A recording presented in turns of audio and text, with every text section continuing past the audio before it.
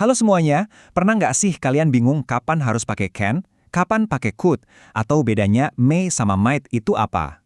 Tenang aja, di sini kita bakal kupas tuntas soal modal verbs atau kata kerja modal. Saya jamin deh, setelah ini bahasa Inggris kalian bakal kedengaran jauh lebih luas dan ya lebih alami. Coba deh, pikirin kalimat ini. Can you help me? Sama could you help me? Artinya kan sama-sama minta tolong ya, tapi rasanya beda kan? Nah, nuansa-nuansa kecil kayak ginilah yang bakal kita bedah. Perbedaan tipis yang bisa bikin kita terdengar lebih santai atau justru jauh lebih sopan. Gini deh, anggap aja kata kerja modal ini tuh kayak pahlawan super di dunia grammar. Mereka ini kata kerja pembantu yang ngasih kekuatan ekstra buat kata kerja utama. Entah itu kekuatan kemungkinan, kewajiban, atau izin. Mereka lah yang ngasih warna dan makna lebih dalam ke kalimat-kalimat kita. Dan inilah dia peta kita buat petualangan hari ini. Semua contoh dan aturan yang akan kita bahas itu sumbernya dari satu bagan ringkas ini. Anggap aja ini contekan kita bareng-bareng buat naklukin para kata kerja modal. Gampangnya gini, kata kerja modal itu nambahin rasa ke kata kerja lain. Kalau kita bilang I swim, itu kan cuma fakta biasa. Tapi begitu kita tambahin modal, kalimatnya bisa jadi I can swim, yang artinya kemampuan. Atau I should swim, yang jadi nasihat. Beda banget kan rasanya? Oke, kita mulai dari kelompok pertama, kemungkinan dan izin. Di sini kita bakal lihat kata-kata yang biasa dipakai buat ngomongin sesuatu yang mungkin terjadi atau pas kita lagi minta izin.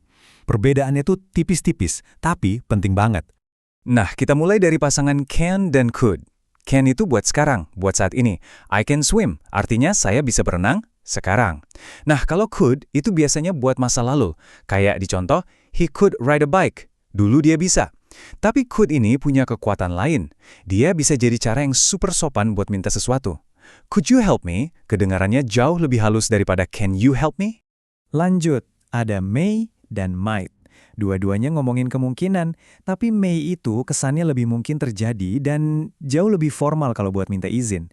May I come in? Itu sopan banget. Sebaliknya, might itu nunjukin kemungkinan yang lebih kecil, lebih nggak pasti. Kalau ada yang bilang, we might go to the party, itu artinya ya mungkin datang, mungkin juga enggak, masih 50-50 gitu. Berikutnya, kita pindah ke kewajiban dan nasihat. Ini soal bedanya antara perintah yang mutlak harus dilakuin sama saran yang sifatnya cuma masukan. Ngerti bedanya ini penting loh, biar kita nggak kedengeran kayak lagi maksa orang pas ngasih saran. Intinya tuh gini, must itu aturan, nggak bisa ditawar. You must wear a seatbelt, itu hukum, nggak ada pilihan lain. Sementara should itu nasihat. You should study harder, itu saran yang bagus, tapi ya keputusannya tetap di tanganmu. Should juga bisa berarti sebuah harapan, kayak keretanya should arrive jam 6, kita berharap keretanya datang jam 6. Coba deh perhatikan gimana penekanan di kata must ini. Benar-benar menyoroti sifatnya yang nggak bisa diganggu-gugat. Ini bukan lagi saran, ini sebuah keharusan. Itulah hebatnya kekuatan cuma dari satu kata kerja modal. Oke, sekarang kita masuk ke area permintaan dan formalitas. Memilih kata kerja modal yang pas itu bukan cuma soal grammar, tapi juga soal kecerdasan sosial. Ini soal gimana caranya bikin permintaan kita terdengar pas dan sopan, tergantung situasinya. Would itu umum banget dipakai buat penawaran yang sopan. Would you like some tea? Itu cara yang hangat dan ramah buat nawarin sesuatu. Di sisi lain, shall itu rasanya sedikit lebih formal, lebih klasik, dan sering banget dipakai di British English. Shall we begin? Itu cara yang sangat berkelas buat misalnya memulai sebuah rapat. Nah, lihat deh, kata-kata ini bisa kita urutkan dalam sebuah spektrum kesopanan. Mulai dari can I yang santai buat ke teman, sampai may I yang sangat formal buat di lingkungan kerja atau ke orang yang lebih tua. Memilih kata yang tepat itu nunjukin kelas kita loh. Wah, setelah lihat semua perbedaan ini mungkin rasanya agak rumit ya.